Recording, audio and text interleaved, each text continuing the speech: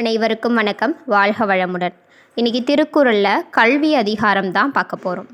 முதல் குறள், கற்க கசடர கற்பவை கற்றபின் நிற்க அதற்கு தக. ஸோ இதோடைய பொருள் பாருங்க. கற்க அப்படின்னா கற்றுக்கொள்ள வேண்டும், கற்கிறது. கசடர அப்படின்னா தவறில்லாமல், அதாவது குற்றம் இல்லாமல், தவறு இல்லாமல் அப்படின்னு பொருள். கற்பவை அப்படின்னா கற்பதற்கரிய நல்ல நூல்களை அப்படிங்கிற பொருள். கற்ற பின் அப்படின்னா அதை கற்று உணர்ந்த பின் அதற்கு தக அப்படின்னா தகுந்தபடி, நிற்க அப்படின்னா நின்று நிதானித்து வாழ வேண்டும். இப்போ அதற்கு தகுந்தபடி நம்ம நின்று நிதானித்து வாழணும் அப்படிங்கிறது. இப்போ அதோடைய முழு பொருள் பாருங்க. கற்க கசடர கற்பவை கற்றபின் நிற்க அதற்கு தக. அப்போ நம்ம கற்க வேண்டிய அற ஒழுக்க அந்த நல்ல நூல்களை எல்லாம் குற்றமில்லாமல், கசடர கற்கணும்னா குற்றமில்லாமல் பிழை இல்லாமல் அதை கற்க வேண்டும். கற்றதன் பின் அதன்படி வாழ வேண்டும் அப்படிங்கிறது தான் இதோடைய பொருள். அடுத்த குறள், என் என்ப ஏனை எழுத்தென்ப இவ்விரண்டும் கண்ணென்ப வாழும் உயிர்க்கு. ஸோ இதோடைய பொருள் பாருங்கள். என் என்ப அப்படின்னா என்ன? என் என்று சொல்லக்கூடியவைகள். ஏனை அப்படின்னா மற்றன்னு அர்த்தம். எழுத்தென்ப அப்படின்னா எழுத்து என்று சொல்லக்கூடியவைகள். இந்த இரண்டும் வாழும்னா நம்ம வாழ்ந்து வரும் உயிருக்கு, நம்ம மனித உயிர்களுக்கு. கண் என்ப அப்படின்னா கண்கள் என்று சொல்வர். அப்போ இதோடைய முழு அர்த்தம் பாருங்கள். நம்ம உயிர் வாழும் மனிதர்களுக்கு சிறப்பை தருவது எண்ணும் எழுத்தும் தான். இந்த இரண்டும் இரண்டு கண்களை போன்றது அப்படின்னு அறிவுடையோர் சொல்கிறாங்க. அதுதான். இப்போ என்னென்ப ஏனை எழுத்தென்ப இவ்விரண்டும் கண்ணென்ப வாழும் உயிர்க்கு. அடுத்து மூன்றாவது குறள், கண்ணுடையர் என்பவர் கற்றோர் முகத்திரண்டு புண்ணுடையர் கல்லாதவர். இப்போ இதோடைய பொருள் பாருங்கள். கண்ணுடையர் அப்படின்னா கண்கள் உடையவர்கள் என்பவர்கள். கற்றோர்னா கற்றவர்களாம். கல்லாதவர் அதாவது கற்காதவர்கள். முகத்து இரண்டு புண்ணுடையர் அதாவது முகத்தில் இரண்டு புண்ணுடையவர்கள்னு சொல்லியிருக்காங்க. இதோடைய முழு அர்த்தம், கற்றவர் முகத்தில் இருப்பது கண்கள், கல்லாதவர் முகத்தில் இருப்பது புண்கள் அப்படிங்கிறது தான். அப்போ கண்ணுடையவர் என்பவர் கற்றோரா, முகத்திரண்டு புண்ணுடையவர் கல்லாதவர்னு திருவள்ளுவர் சொல்லியிருக்காங்க. அடுத்து, உவப்ப தலை கூடி உள்ள பிரிதல் அனைத்தே புலவர் தொழில். சுதடைய பொருள் பாருங்க. உவப்பனா மகிழ்ச்சியோடுன்னு அர்த்தம். தலை கூடினா தலை சிறந்த புலவர்கள் கூடியிருக்கிற. உள்ள பிரிதல் அப்பனா இனி எப்போதும் காண்போம் என நினைத்து பிரியக்கூடிய, அதான். அனைத்தே அத்தன்மை வாய்ந்த. புலவர்னா கற்றறிந்தவர்களின் தொழில் அப்படின்னு சொல்லியிருக்காங்க. புலவர் தொழில்னா. இப்போ அதோடைய முழு அர்த்தம், உவப்ப தலை கூடி உள்ள பிரிதல் அனைத்தே புலவர் தொழில். அப்போ கூடியிருந்து மகிழ்வதும் பிரிவதை நினைத்து வருந்துவதும் கற்றவர்களோட இயல்பு. அதுதான் புலவர்களுடைய தொழில். அதான் உவப்ப அப்படின்னா மகிழ்ச்சியோடு, தலை கூடினா தலை சிறந்த புலவர்கள் கூடியிருக்கிறது. உள்ள பிரிதல்னா அந்த இனி எப்போது காண்போம் அப்படின்னு நினச்சி பிரியக்கூடிய நிலை. அனைத்தே புலவர் தொழில், அந்த தன்மை வாய்ந்தது தான் கற்றவர்களோட தொழில் அப்படிங்கிறத சொல்லியிருக்காங்க. இப்போ இன்னொரு டைம் அந்த குறளை பாருங்கள். உவப்ப தலை கூடி உள்ள பிரிதல் அனைத்தே புலவர் தொழில். அஞ்சாவது குறள், உடையார் முன் இல்லார் போல் கற்றும் கற்றார் கடையரே கல்லாதவர். அப்போ உடையார்னா செல்வம் உடையவர்களை குறிக்குது. முன், உடையார் முன் அப்படின்னா முன்னா முன்னே. அப்போ செல்வம் உடையவர்கள் முன்னே. கற்றும் அப்படின்னா தாழ்ந்து நிற்கும். இல்லார் போல் அப்படின்னா பொருள் இல்லாத வறியவர் போல். அப்போ செல்வம் உடையவர்கள் முன்னாடி நம்ம பொருள் இல்லாத அந்த வறியவர் போல் தாழ்ந்து நிற்கிறது. அதான். கற்றார்னா கற்றறிந்தவர்களிடம். கல்லாதவர் கல்வி கற்காதவர் தாழ்ந்து நிற்பவரே. கடையரைனா தாழ்ந்து நிற்பவர்னு அர்த்தம். இப்போ இதோடைய முழு அர்த்தம், உடையார் முன் இல்லார் போல் கற்றும் கற்றார் கடையரே கல்லாதவர்.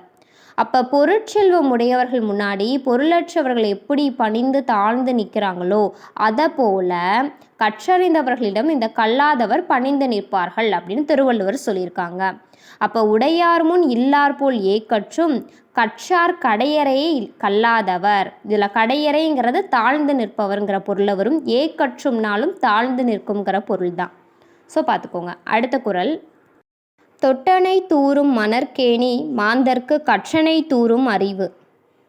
அப்போ மணல் அப்படின்னா ஆற்று மணல் அப்படிங்கிறது. கேணினா கிணறு. தொட்டனைத்து அப்படின்னா தோண்டுகின்ற அளவுன்னு அர்த்தம். தொட்டனைத்துனா தோண்டுகின்ற அளவு. ஊறும்னா நீர் ஊறுறது. மாந்தர்க்குனா மனிதர்களுக்கு. கற்றனைத்துனா கற்ற அளவில்தான். அறிவுனா நம்ம அறிவு ஊறும். அப்போ இதோடைய முழு பொருள் தொட்டனைத்து ஊறும் மணற்கேணி மாந்தர்க்கு கற்றனை தூறும் அறிவு. இப்போ தோண்டுகின்ற அளவில்தான் மணற்கேணியில் நீர் ஊறும். கற்றவர்களுக்கு கற்ற அளவில்தான் அறிவிருக்கும். இப்போ பாருங்கள், அந்த தோண்டுகின்ற அளவு தான் அந்த மணற்கேணியில் நீர் ஊறுமே, அதே போல தான் கற்றவர்களுக்கு எவ்வளோ கற்கிறோமோ அந்தளவுக்கு அவங்க அறிவு ஊறுங்கிறது தான் பொருள். அடுத்து, யாதானும் நாடாமல் ஊறாமால் என்னொருவன் சாந்துணையும் கல்லாதவாறு. இப்போ யாதானும் அப்படின்னா கற்றவர்களுக்கு எந்த நாடும் அப்படின்னு பொருள்.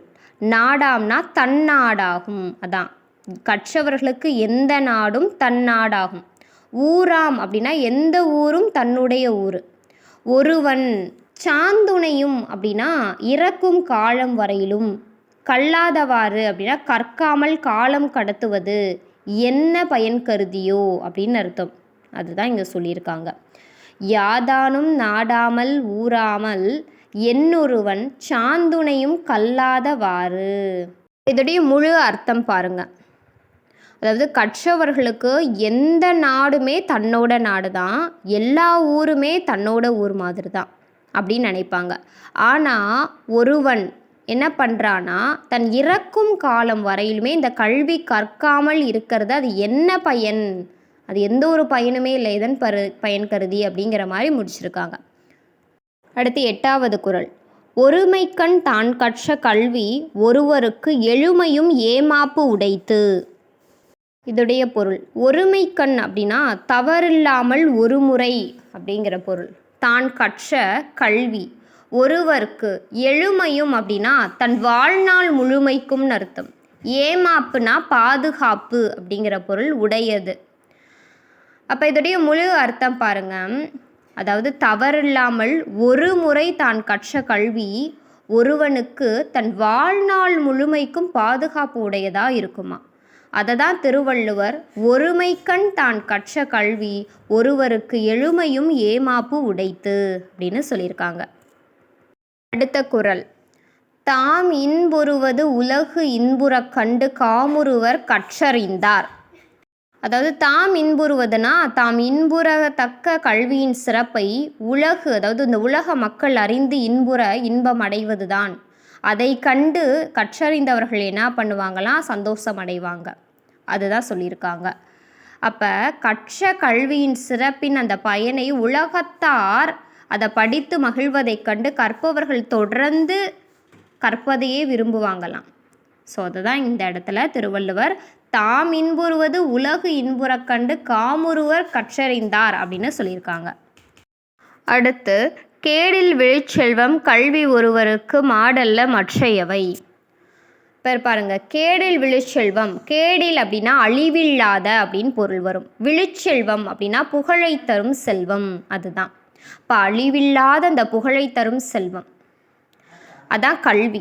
ஒருவருக்கு மாடல்ல மற்றையவை, மற்ற வகையில் வரும். அதான் மாடுனா என்ன, இந்த இடத்துல செல்வம்ங்கிற பொருளை குறிக்கிறது. ஸோ அதுதான் செல்வம், அதுதான் சிறந்த செல்வம், மற்றது கிடையாதுன்னு சொல்லியிருக்காங்க. அதான் அப்போ பாருங்க, கேடில் விழுச்செல்வம் கல்வி ஒருவருக்கு மாடல்ல மற்றையவை. இப்போ ஒருவனுக்கு அழிவில்லாத புகழை தருவது செல்வம் அப்படின்னு பார்த்தீங்கன்னா அது கல்வி தான். மற்ற வகையில் வரும் செல்வம் சிறந்தது அல்ல அப்படின்னு திருவள்ளுவர் சொல்லியிருக்காங்க. அவ்வளோதான் கல்வி அதிகாரத்தில் இருக்க 10 குறள் நம்ம பார்த்தாச்சு. இந்த வீடியோ பிடிச்சிருந்துச்சுன்னா லைக் பண்ணுங்கள், ஷேர் பண்ணுங்கள், கமெண்ட் பண்ணுங்கள். அடுத்த வீடியோவில் அடுத்த அதிகாரம் பார்க்கலாம். தேங்க்ஸ் ஃபார் வாட்சிங். Bye by.